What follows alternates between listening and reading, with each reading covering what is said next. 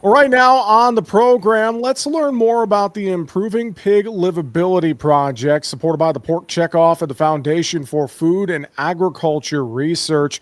Joining us to discuss first, Dr. Chris Hostetler, Director of Animal Science for the National Pork Board. Chris, good to talk with you. Thanks for joining us. Yeah, thank you, Jesse. I appreciate the opportunity to talk pig livability. And also joining us, Dr. Joel DeRushi, professor with Kansas State University. Joel, great to have you join us here as well. Yeah, thanks for having me on. Well, gentlemen, let's dive in and talk about this. And Chris, maybe just for starters, can you tell us a little bit more about the Pig Livability Project? Yeah, absolutely. So the pig livability project is really the brainchild of the Animal Science Committee of the National Pork Board. And they looked at some of the data and they saw that 35% of the pigs that are born in the United States don't make it to market. And so with that, armed with that knowledge, they thought, man, we really need to address that issue. And what better way to do that than to gather and support a consortium of subject matter experts, right? It lends itself to that kind of research and that kind of effort because it requires coordination. Pigs die for a variety of reasons, including management, nutrition, health, ventilation issues. And so it would probably take a number of subject matter experts to address it appropriately. And then to just be able to coordinate it, right? And to be all headed down the same path, then you can really begin to push the boulder. If it's just one person moving stones, it's a lot more difficult. And so that was really 2018's discussion about that. We funded it with an initial $1 million in funding, and then we were able to successfully match that with the Foundation for Food and Agriculture Research. They paired that money as well with another $1 million. So right off the bat, we were at $2 million for 5 years. We then in 2024, we re-upped it. The National Pork Board re-upped it for $500,000 for 2 additional years. And we just recently found out that the Foundation for Food and Agriculture Research has also agreed to support it through the next several years as well. So it's well funded by the National Pork Board and by the Foundation for Food and Agriculture Research. That said, there's been multiple millions of dollars that have come in either through in-kind contributions from the allied industry or through other receiving of other grants by the consortium members. So that was really the impetus behind it, and we really gave them just a broad canvas to work with. We said, move the needle on pig mortality in all phases of production, right? That was really our overall goal. To do that, we need research. To do that, we need a robust training program for graduate students and undergraduate students, right? And then to also bake in a communication plan. And so one of the things that maybe we'll talk about it briefly is the Pig Livability Conference that just occurred last week in Omaha. Really well attended, nearly 600 producers from all over the U.S. and from the world. I think there were 6 different countries represented there. And so just a really good 2 days of a conference around pig livability. Well, Joel, how are land grant universities and extension services involved in the Pig Livability Project? Yeah, so the way that right now the project has leadership from both Kansas State University and Iowa State University. Formerly Purdue University was involved as well. And so really the funding that Chris has talked about has come to the universities to then be utilized really for the hiring of people. And that's been the primary function of that funding, is to employ graduate students, undergraduates. We've sponsored our own internship programs. Right now we have 18 different summer or during the semester interns that have worked on different projects to get them exposed to the swine industry. And so along with that, just some of the research support that comes with. But Chris mentioned the in-kind support of our industry. We have well over $1.5 million of in-kind support. So we're our industry partners, our large and medium and small production systems, do not charge to use their facilities. They welcome us in. We provide expertise in the students and then in the research and analysis, and then we can talk about those results to the broader industry. So really where we come in is the coordination, but then directly in terms of helping train students as well as providing educational materials. We have a vast number of educational materials that get put together based on the results of the findings over the past many number of years. Good example, we have over 28 fact sheets. The majority of those are in Spanish as well. And most of them are quick front and back fact sheets on different aspects of management, nutrition, all aspects to help with pig livability that producers can use in both English and Spanish. We also have a podcast. I know there's lots of podcasts out there, but PigX, it's in its 6th season, and it's solely focused on this topic of pig livability. We now have 66 episodes, and most of those are not time dated. Even though this has been going on 6 years, you could go back to the first season and still have relevant information today. And so that PigX podcast, it's available on all the platforms, has been widely popular in that area. And so that's where as the land grant mission to disseminate information and generate information, that's been our big role to helping the industry get new information to provide to them directly. Well, let's talk about the student aspect of this, gentlemen. Chris, your perspective on how students are involved in this project.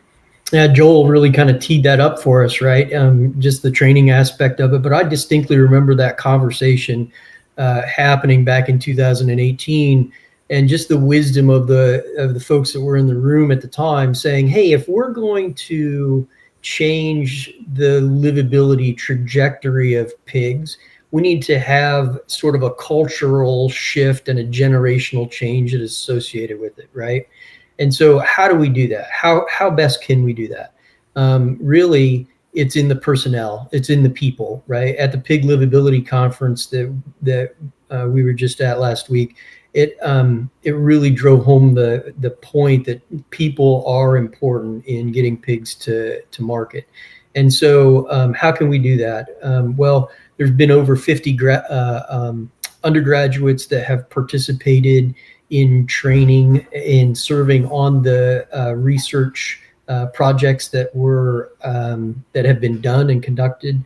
I think we're over 30 graduate students. So those would be students that would then go on to be thought leaders and decision makers in the industry. And it's fun and exciting to see where those folks are landing. In fact, on the current consortium, there are 3 of the faculty members that are participating had been graduate students under the initial round of funding from the Pig Livability Project. So we know that folks are landing in the industry. We know that they're making an impact, and that's been really important part. That training aspect has been really important as a key component for the Livability Project. Well, Joel, to add to that, any examples of student success or overcoming barriers within the project? Can you talk a little bit more about that? Yeah, one of the emphasis in general is to get students, while there's a lot of good livability work done in our university facilities, the majority of this work's done in the field. And so really, if we all understand the background of students. We have less students from an ag background, or they may have had youth livestock, and so they're interested in animal science or veterinary medicine because of their exposure through, limited, smaller scope animal production. This has been the success that we talk about is a lot of these students have done it in large production systems. And so whether that's a sow farm, whether that's in a large nursery setting, a finisher barn, they have gotten the exposure they never would have previously because of this project, getting them on projects in commercial systems. And then the value is it's not just, they get information from us on the university side. But when they get embedded, they get to work with the production managers, the research staff of those large systems, and the amount of information and knowledge gain that they've received from them certainly outweighs what we can do from an academic standpoint, because they're there every day in the barns and helping. So really can be a barrier, because pushes those students, and that's not only undergrads, that's our grad students as well, into a uncomfortable situation at times. But when they get done, the level of knowledge and joy and satisfaction from working in those settings, and especially working with the people in the barns every day, that they would have never gotten otherwise if it wasn't due to this project and the emphasis we've had on specific research. That's been one of the most rewarding aspects of this, along with generating information that the industry can use. So I think that has been very satisfying at all levels for the student, for us in academics, but also you visit with some of in the field, those production managers and research staff. They've just loved it. They've worked with some great students, and they enjoy teaching, and really help challenge them to look at their teaching methods in the field a little bit different as well. We're talking with Joel DeRushi from Kansas State University and Chris Hostetler from the National Pork Board about the Pig Livability Project. Chris, why is research like this crucial for the pork industry and a key pillar of this project in particular? Yeah, again, we had 3 pillars associated with this, and research was one of those critical ones, right? We know that many issues that pork producers face on the farm can be addressed through development of a researchable question, right? And then conducting a scientifically sound research experiment or series of research experiments that can help to enlighten producers around what it is that is the outcome for certain for anything that's related to science, right? And then from that, the consortium has been really good at using that information, that data, and developing actionable outcomes that producers can use every day, right? So building best management practices, and there's been a number of those that have been developed by the consortium so far, and really trying to meet producers where they're at in terms of labor issues, and giving them solutions through research, giving them solutions to the issues that they face every day. Joel, can you maybe describe a research project in particular that's been implemented in the industry? Yeah, there'd be several examples, but the one I want to talk about is one that really Dr. Chris Rademacher at Iowa State led up. He's a veterinarian in vet med, and also works in the Iowa Pork Industry Center with that group. And what he did is he really focused with sow operations back to early identification of sows that needed to be treated or have extra care, or identified that were either sick or was not doing well. He developed a protocol with a 2-person team on these farms, and basically worked with initially Iowa Select Farms, and now it's multitudes of production systems, to develop this team and train people to be specialists in sow care, rather than generalists at times that we can be and have a lot of chores and activities on these farms.